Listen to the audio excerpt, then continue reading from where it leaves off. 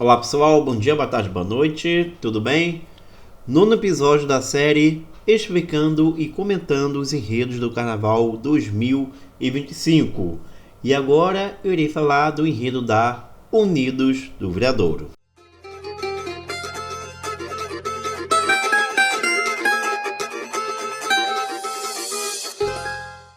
A Viradouro tem como título do enredo Malunguinho, um mensageiro de três mundos, ideia do carnavalesco Tarcísio Zanon. O enredo trata da entidade afro-indígena Malunguinho, que se manifesta como caboclo, exu e mestre.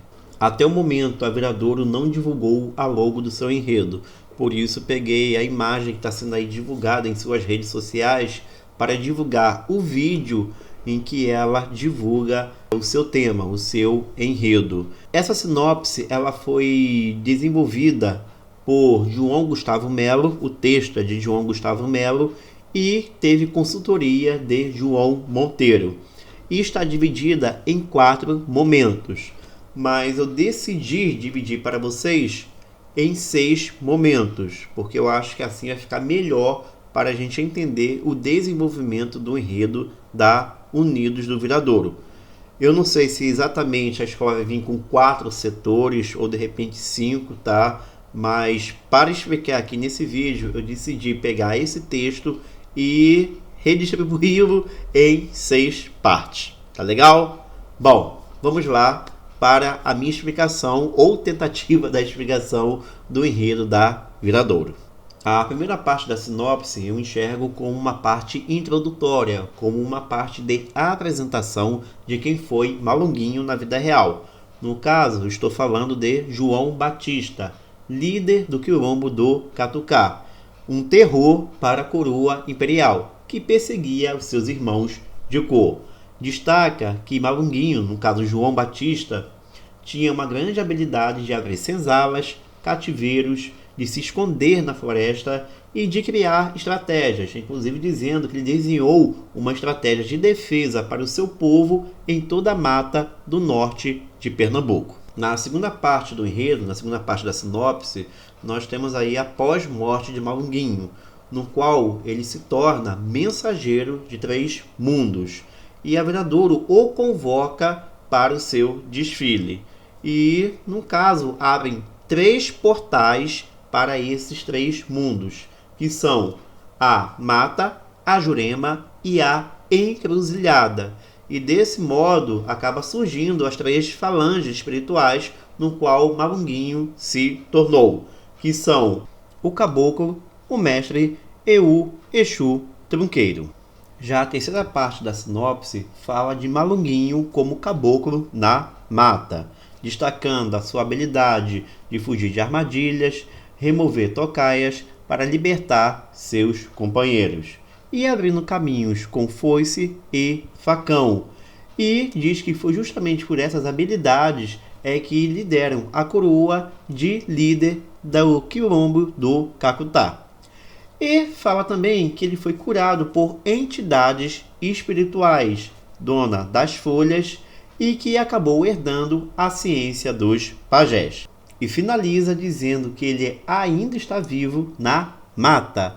Pode passar rio, pode passar riacho, mas o seu nome permanece. A quarta parte do enredo fala de Malunguinho como mestre na Jurema, em que ele é descrito como um guia espiritual, um curandeiro que se utiliza da força da mata, da floresta, para realizar cura e orientação espiritual. Ele também é associado à imagem do uso do cachimbo e da fumaça para purificação e descarrego espiritual. E sua identidade é relacionada a 7 cidades encantadas da Jurema, onde ele desempenha o papel de abrir portais para outros mundos. A quinta parte do enredo fala de Malunguinho como Exu Trunqueiro na Encruzilhada e diz que ele se apresenta como guardião dos mistérios e das festividades, onde ele se manifesta, por exemplo, no carregar da coroa de reis em procissão, na calunga do maracatu, no dançar do caboclinho de 7 flechas do coco de roda e do coco de gira. E a sexta e última parte do enredo trata da exaltação a Malunguinho, no qual ele mesmo se reconhece como João Batista ou como é conhecido como Malunguinho, o mensageiro de 3 mundos, e diz: eu vim para atacar fogo no Brasil, sugerindo uma luta por mudanças profundas no país. Bom, agora os meus pitacos. Inicialmente sobre o texto da sinopse, depois eu vou falar do enredo. Bom, teve muita pesquisa, tá, gente? Eu tive que pesquisar muita coisa por fora da sinopse, porque eu não consegui entender. O chat GPT me ajudou bastante, eu tive que utilizar bastante aqui a inteligência artificial. E graças à entrevista que o site Carnavalize fez com o enredista João Gustavo Melo, eu consegui costurar melhor o entendimento desse enredo da Viradouro. Porque se não fosse esses recursos, eu não ia conseguir fazer esse vídeo. Porque o texto da sinopse não está assim com uma linguagem bacana, não está com uma linguagem acessível a todo mundo.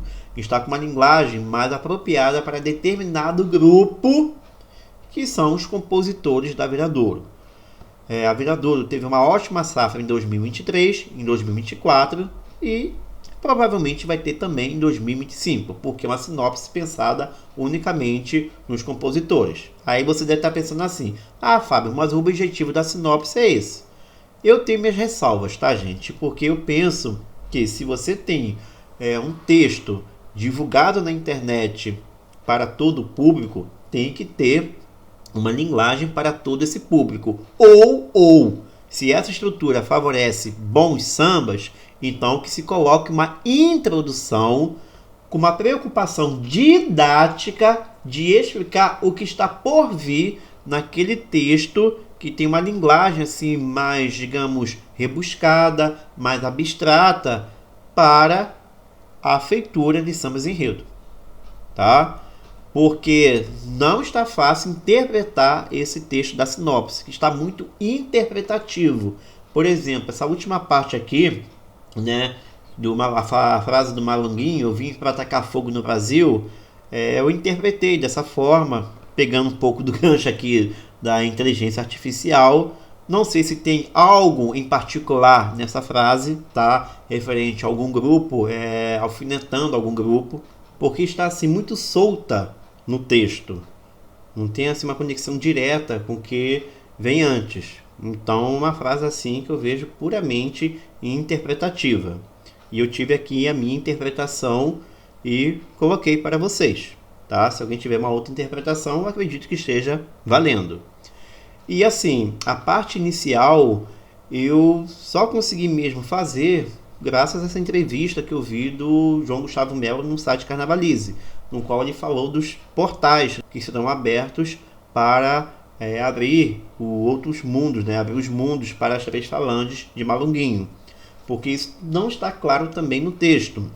E foi desse modo que eu consegui costurar a primeira parte e dividir em 2 momentos, porque também, se não fosse isso, eu ia ficar muito enrolado para explicar esse primeiro momento do enredo da Viradouro, que parece uma parte assim muito introdutória mesmo, ou seja, uma introdução da sinopse, não exatamente a sinopse em si. Porque a parte 3 que eu falei para vocês, que é Caboclo na Mata, né, Malunguinho como Caboclo na Mata, ela inicia de uma forma muito parecida com a parte 1, falando da habilidade dele de fugir de armadilhas, de remover tocais para libertar companheiros, coisa que também está na primeira parte do enredo da Viradouro. Então, fiquei meio confuso com isso, porque parecia que estava se repetindo. Então, teve um momento que eu deduzi que a primeira parte da sinopse era uma parte apenas introdutória. Mas aí eu consegui, né, do meu jeito aqui, na minha interpretação, entender que a primeira parte se tratava realmente do João Batista, e ali na terceiro momento meu e segundo momento lá da sinopse se tratava justamente do Caboclo, mas também não foi fácil interpretar isso, tá, gente? Ver justamente esses 2 momentos aqui que parecia ser meio que uma coisa só, apesar da divisão lá ter um subtítulo. E foi assim, tá? Foi algo que não foi fácil conseguir ver uma boa costura, tá bom? Realmente foi preciso ler muito, apesar que é um assunto assim que não é muito explorado, não é muito aprofundado na internet, mas eu consegui fazer essa costura aqui para vocês para explicar esse enredo da Viradouro. E é o terceiro ano seguido que eu tenho muita dificuldade de interpretar a sinopse da escola. Foi assim com a Rosa Maria, foi assim com o Dambê e agora com o Malunguinho. Novamente, seria interessante a Viradouro tomar mais cuidado com a questão didática de explicar essa sinopse, pelo menos colocar uma introdução ali, gente. Vale para todos os públicos, sabe? As pessoas têm curiosidade de entender melhor a sinopse. Eu sei que tem muita gente que fala que maravilha, que bacana, que lindo, mas, sinceramente, eu duvido que a grande maioria entenda. Porque quando eu vou nas quadras, nos eventos das escolas de samba, muita gente reclama dessas sinopses que tem assim esse estilo bem assim abstrato, interpretativo para as pessoas. Tá legal? Bom, agora sobre o enredo em si. Gente, um enredo forte, um enredo de fato afro, porque estão colocando bola aí um monte de enredo que não são afro, como da Beija-Flor, da Tuiuti, da Portela. Os enredos dessas escolas não são afro. Esse da Viradouro, ele é afro, mas ele não pega aquela mesmice, aquele roteiro, né, aquela receita de bolo que a gente tem visto nos últimos anos. Inclusive, que a Viradouro trouxe em 23 e 24, da história, da lenda que começa lá na África, que vem para o Brasil e se espalha pelo território brasileiro. Aqui não segue esse roteiro. De certo modo, posso até dizer que ele é criativo em relação a essa tendência que a gente tem visto nos últimos anos. Até porque a história, ela propicia isso. E eu vejo que é um enredo que potencializa o surgimento de imagens bem interessantes para desfile. Potencializa um desfile que pode ser muito bem carnavalizado. Quando vi o João Gustavo Melo falar dessa história dos portais, né, ali na parte introdutória do enredo, eu já fiquei logo imaginando como é que o Tarcísio colocaria isso na avenida. Fiquei logo delirando. Um Tarcísio que tem muita sensibilidade com esse tipo de enredo, tem muita habilidade em colocar a história bem contada na avenida, porque a minha observação foi quanto à sinopse, o texto da sinopse, melhor dizendo, não sobre o enredo, tá? O enredo da Viradouro, ele sempre é bem apresentado na avenida, mas minha observação foi quanto ao texto. E o Tarcísio, ele tem muita habilidade quanto a isso. Então eu fiquei imaginando ali o que o Tarcísio pode fazer com esse enredo. E eu comecei a imaginar coisa assim muito bacana. É muito legal quando você pega um enredo e começa a pensar o que o carnavalesco pode trazer em termos de alegorias e também de fantasias, ou quem sabe de surpresa.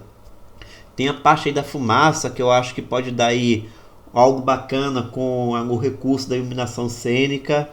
E é isso, tá, gente? Eu acho que é um enredo que tem tudo para dar certo. Mas, é claro, sempre ressalta aquilo. Enredo é avaliado como? Por imagens de fantasias e alegorias. Não adianta ele passar bem contado na avenida se as fantasias não forem claras em seus símbolos ou se for muito repetitivos, porque isso pode acontecer com qualquer enredo. Mas, pegando o histórico dos últimos anos da Viradouro e do Tarcísio, acho que isso tem chances reduzidas de acontecer. Tá legal? Então é isso, gente. É um enredo que eu acho interessante, é um enredo que eu acho que tem tudo para dar certo na Marquês de Sapucaí. E até a próxima, tá bom?